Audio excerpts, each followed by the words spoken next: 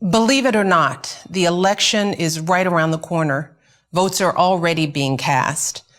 And if you're still deciding who to vote for or whether to vote at all, I wanted to take a moment to remind you what's at stake and to urge you to make a plan to vote today.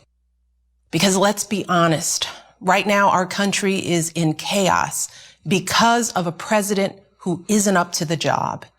And if we want to regain any kind of stability, we've got to ensure that every eligible voter is informed and engaged in this election, because the stakes are on display every day, not just in the headlines, but in our families.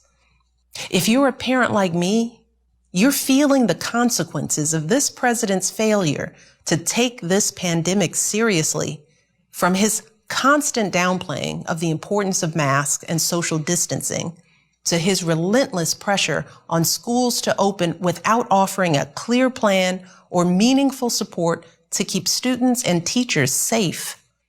Look, our daughters are in college now, and luckily they're taking classes from home this semester. But in just a few weeks since schools have resumed, many of their friends who returned to campus have either tested positive or are living with someone who has. Yes, it's anecdotal, of course, and everybody wants their kids back in school as soon as it's safe. But as a mom, it is frightening thinking about all these young people who were just our babies yesterday, quarantined alone in dorms or apartments with little or no support as the disease continues to spread, unable to come home if their symptoms get worse. Just imagine the toll that worry is taking on families across this country. Yes, thankfully, there's some relief in knowing that most cases in young people are mild. And I pray every day that no one faces longer-term consequences to this disease. But the truth is, we just don't know yet. And we simply cannot trust this president to tell us the truth about anything. Meanwhile, parents with younger kids are dealing with another set of stresses, from grade schoolers who want to learn but struggle to connect with their teacher through a screen, to schools that open and close with little advance notice, leaving everyone in an endless cycle of uncertainty. Too many parents are still juggling 2 jobs and multiple kids without any support, not to mention the millions of families anxious about making rent or getting internet access or affording childcare. It's painful to think that months into this crisis, this is still where we are, with no clear plan, no peace of mind. And the worst part is, it didn't have to be like this. Look around the world. So many other countries aren't experiencing this level of extended suffering and uncertainty. These countries were hit by the same virus as we were. They had the same kind of resources to contain it as we did. But what they didn't have to contend with was this president, a man who had every resource at his disposal, the finest medical experts, our best intelligence, and yet ignored all the advice and failed to produce a plan to provide enough tests for worried families or protective equipment for our healthcare workers. A man who knew how deadly this virus is, but who lied to us and told us it would just disappear. Who, in the greatest crisis of our lifetimes, doubled down on division and resentment, railed against measures that could have mitigated the damage, and continues to hold massive events without requiring masks or social distancing, knowingly exposing his own supporters to a dangerous virus. Today, more Americans have died from this virus than died in the wars in Iraq, Afghanistan, Vietnam, and Korea combined. Take all those lives bravely sacrificed and double it. That is roughly the scale of this tragedy. And our commander-in-chief, sadly, has been missing in action. And his willful mismanagement of the COVID crisis is just one example of his negligence. When wildfires rage out west, he says nothing for weeks. When Americans of all backgrounds peacefully protest racism and police violence, he disparages them, yet eggs on heavily armed militias. When our heroic young men and women answer the call and give their lives for our country, he calls them suckers and losers and publicly mocks Gold Star families and prisoners of war. All this from someone who, as a wealthy, connected young man, avoided military service. And with millions and millions of Americans left reeling from the worst job losses in recent history, with small businesses closing their doors for good, he and his party dragged their feet to provide necessary relief for people whose lives have been decimated under his watch. 7 months later, he still doesn't have a plan for this virus. 7 months later, he still won't wear a mask consistently and encourage others to do the same, even when those simple actions could save countless lives. Instead, he continues to gaslight the American people by acting like this pandemic is not a real threat. And yet, even in the face of all this incompetence, Americans keep digging deeper, finding new reserves of strength, doing whatever it takes to get through this. That's one of the beautiful things that has given me hope over the past 4 years. Our country's resilience, from the essential workers keeping us safe, to the doctors and nurses caring for our loved ones, to the teachers and childcare workers doing everything they can for our kids. Americans have stepped up to answer the call. It's not too much to ask our leaders to rise to the occasion as well. Thankfully, we have the chance to elect a president who can meet this moment, a leader who has the character and the experience to put an end to this chaos, start solving these problems, and help lighten the load for families all across the country. And that leader is Joe Biden. After seeing the presidency up close for 8 years, maybe the most important thing I've learned about the job is this: how a president focuses their time and energy in office is a direct reflection of the life they've lived before entering the White House. A president's policies are a direct reflection of their values. And we're seeing that truth on display with our current president, who has devoted his life to enriching himself, his family, and other wealthy people he truly understands, cutting taxes for the rich and big corporations, cutting regulations that protect regular families from getting taken advantage of by people like him, cutting his friends loose from prison time. He boasts about gains in the stock market, but when you look at the lives of regular folks, whether it's creating blue-collar jobs, making healthcare more affordable, protecting the environment, keeping our families safe from gun violence, let alone the coronavirus, there's nothing much to brag about. By contrast, Joe Biden has lived his life guided by values and principles that mirror ones that most Americans can recognize. I know Joe. He is a good man who understands the struggles of everyday folks. When he was a kid, his dad lost his job. His family had to move to find work. As a young man, he quit his job at a lucrative law firm to serve as a public defender, protecting the rights of those who couldn't defend themselves.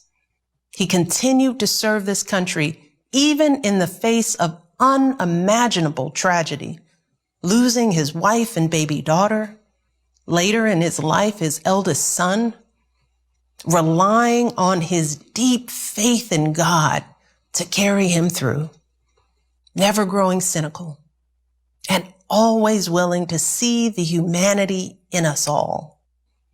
It is that spirit, that determination that will make Joe the kind of president we need right now one who will continue to put the needs of the country before his own, to ensure that all families can get back on their feet and our economy can get back on track. And he'll start by getting this virus under control, working with a broad coalition of leaders to develop a national strategy that will include mandatory mask wearing and free testing. He'll get schools the resources they need to sort through this confusion. He will listen to doctors and scientists to make sure that any vaccine will be safe, effective, and available to everyone. And Joe Biden will also get back to work solving problems that this president has ignored or made worse these past 4 years. Joe will give working families a tax credit for childcare. He'll roll back those tax cuts for the rich and instead help small businesses and working families. He'll lower the cost of prescription drugs and give every American access to affordable health coverage. He'll work to restore trust between police and communities of color and address the racial discrimination that has plagued us for far too long. He will protect our planet. He will invest in our schools and bring people together to get something done, even across our differences. And we can trust Joe Biden to name Supreme Court justices who follow in the footsteps of Ruth Bader Ginsburg, judges who understand that justice and equality aren't theoretical ideas, but concrete matters that affect our health care, our livelihoods, and our bodies. This is the kind of leader our nation deserves. A leader who is tested and ready to dive right in. A leader who will lock arms with his terrific running mate, Kamala Harris, and bring us out of this downward spiral. A leader who will help heal this nation, and instead of tearing people apart, he will bring people together. It's a simple choice, really.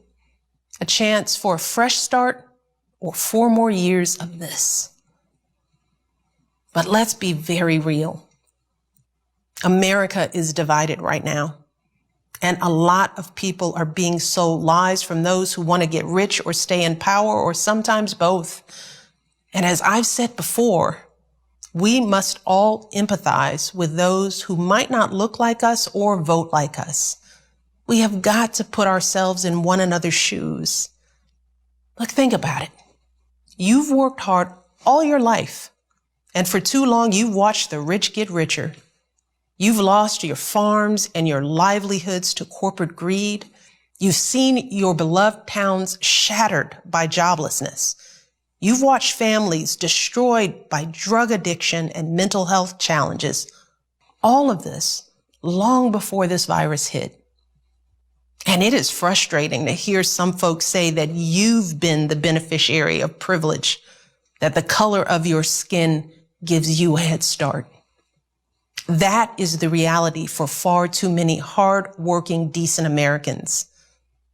But right now, the president and his allies are trying to tap into that frustration and distract from his breathtaking failures by giving folks someone to blame other than them.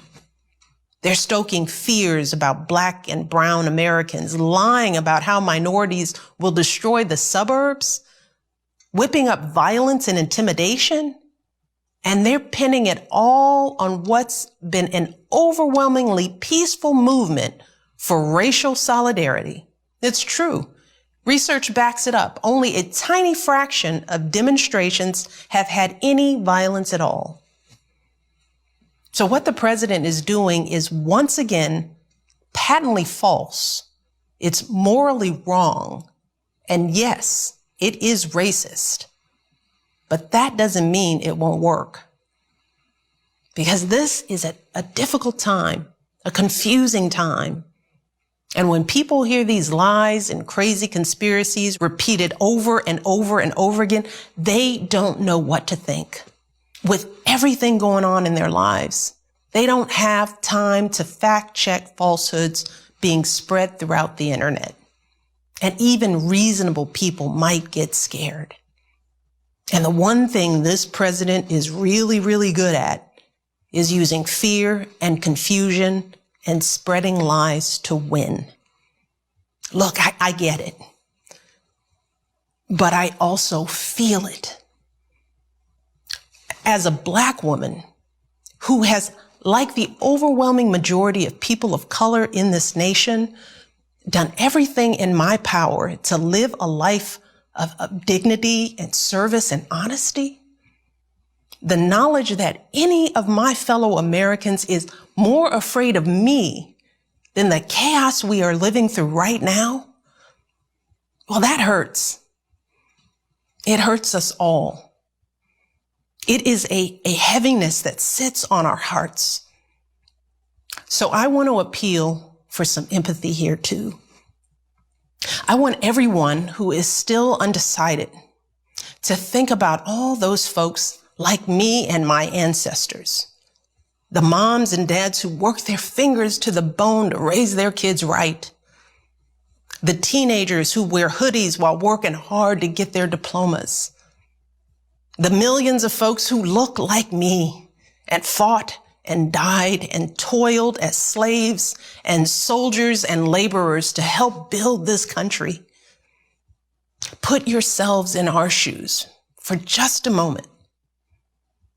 Imagine how it feels to wake up every day and do your very best to uphold the values that this country claims to hold dear: truth, honor, decency, only to have those efforts met by scorn, not just by your fellow citizens, but by a sitting president. Imagine how it feels to have suspicion cast on you from the day you were born, simply because of the hue of your skin. To walk around your own country scared that someone's unjustified fear of you could put you in harm's way. Terrified of what 4 more years of this kind of division might mean for the safety of you and those you love. Living with the knowledge that no matter how hard we try, how much good we do in the world, there will be far too many who will never see our humanity, who will project on us their own fears of retribution for centuries of injustice and thus only see us as a threat to be restrained. And we know what happens next. A racial slur from a passing car, a job promotion that never comes, a routine traffic stop gone wrong, maybe a knee to the neck. Racism, fear, division. These are powerful weapons, and they can destroy this nation if we don't deal with them head on. So I want to ask every single American, no matter what party you normally vote for, to please take a moment to pause. Click off the news. Think about how you felt over these last 4 years, how quickly things have turned. And then think about what the next 4 years could mean for our country's future. The message we will send to our children about who we are and what we truly value. Think about what would possibly compel you to accept this level of chaos, violence, and confusion under this president and be willing to watch our country continue to spiral out of control. Because we can no longer pretend that we don't know exactly who and what this president stands for. Search your hearts and your conscience, and then vote for Joe Biden like your lives depend on it. Look, you all know that politics has never been my thing. But to all the young people out there, to all the Black and brown folks, to anyone who feels frustrated and alienated by this whole system, I get it. I really do.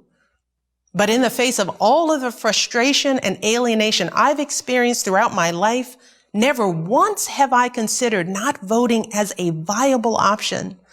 Not once have I thought about foregoing a right and privilege that so many before me fought and died for. Not once have I let someone else's ignorance and hatred keep me from doing my duty as a citizen. Because I know we don't have the luxury to assume that things are going to turn out okay. We cannot afford to withhold our votes or waste them on a protest candidate. One of these two men will be president.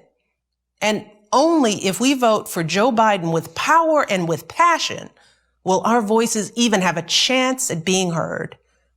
Because folks who are perfectly content with the status quo, who are quite happy with what's been going on these past 4 years, trust me, whether they say it out loud or not, they will vote too.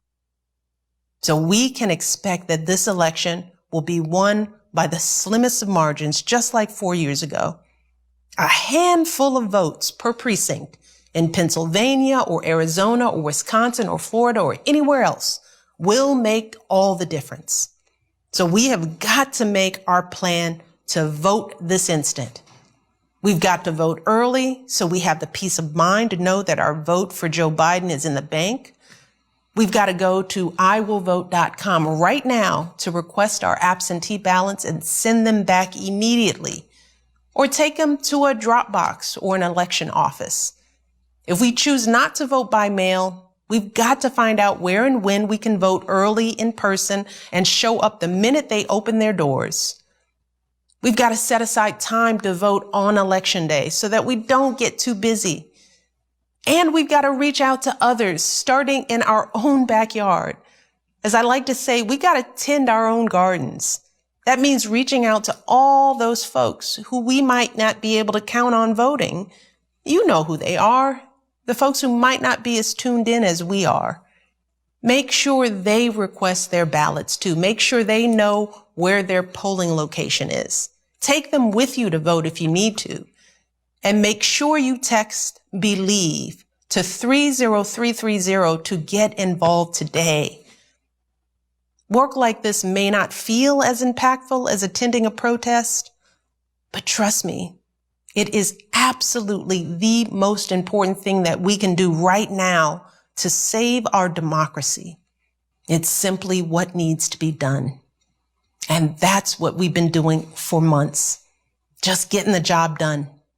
No matter the stress, no matter if something feels out of our control, because that's who we are as Americans. That is what we do. And right now, we've got a chance to start getting things back under control, to restore some stability and integrity and soul in this country. It is within our grasp. And that's what keeps me going.